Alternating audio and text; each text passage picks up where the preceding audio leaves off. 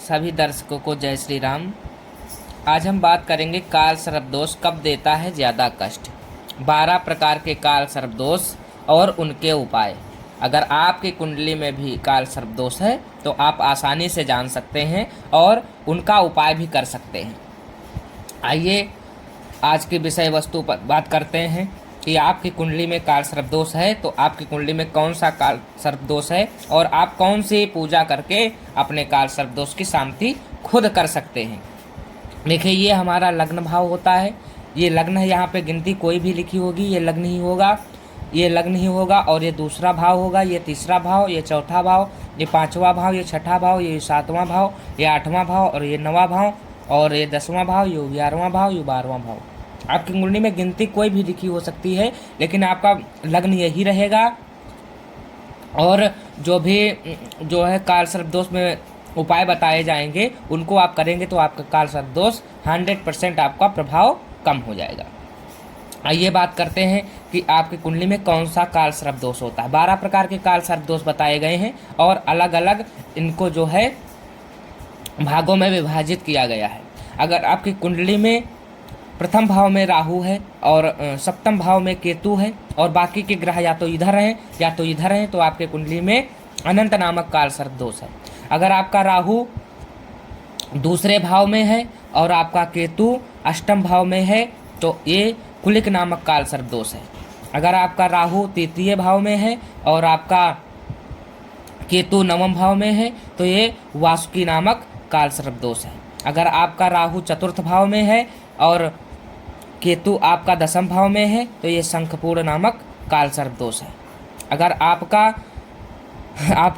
राहु पंचम भाव में है और आपका केतु एकादश भाव में है तो ये पद्म नामक काल सर्प दोष है। अगर आपका राहु छठे भाव में है और आपका केतु द्वादश भाव में है तो आप ये महापद्म नामक काल सर्प दोष है।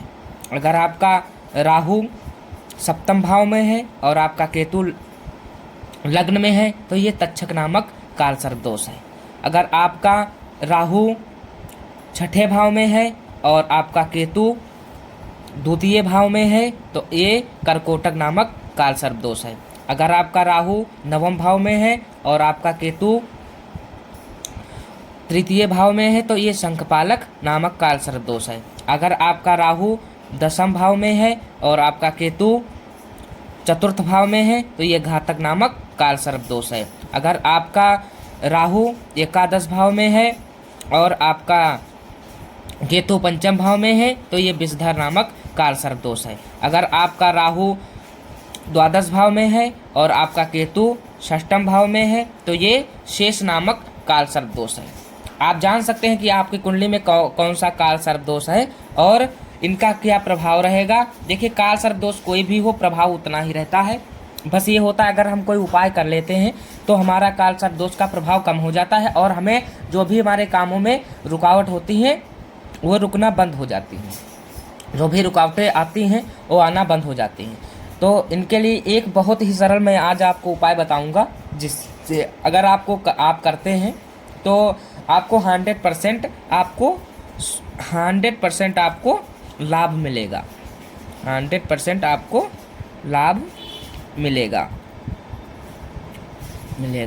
देखिए, काल सर्प दोष कोई भी हो, हमारे कामों में रुकावट आती, चिड़चिड़ापन हो जाता है, संतान होने में दिक्कत, विवाह होने में देरी, अनेक प्रकार की जो है दिक्कतों का सामना करना पड़ता है जब हमारी कुंडली में काल सर्प दोष होता है।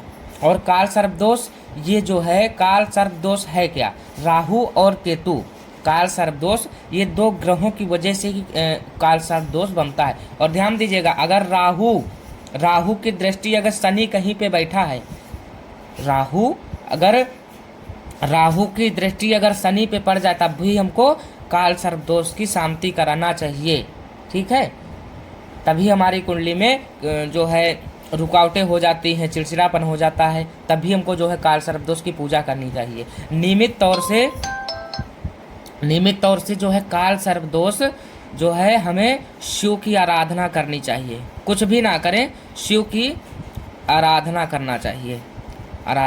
शिव की आराधना करेंगे तो आपको लाभदायक होगा। ठीक है, आप प्रदोष काल में आप जो है आप प्रदोष काल में एक जो है एक लोटा लीजिए, एक लोटा, एक लोटा और उसमें थोड़ा दूध लेंगे, थोड़ा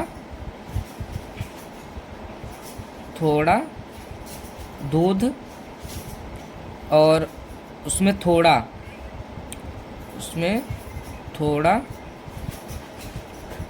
उसमें थोड़ा गंगा जल लेंगे,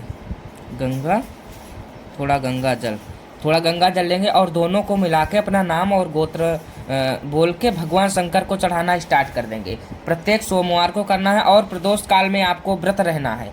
देखेंगे जल्दी से जल्दी अगर आप देखेंगे तो आपका जो है काल सर्प दोष, जो भी आपके कामों में रुकावट है वो आपको बंद होना स्टार्ट हो जाएगी और आप अच्छा रिजल्ट देखेंगे कि मैंने जो भी उपाय किया है उसको मुझे लाभ मिल रहा है। आज के लिए इतना ही। जय श्री राधे, जय श्री कृष्णा।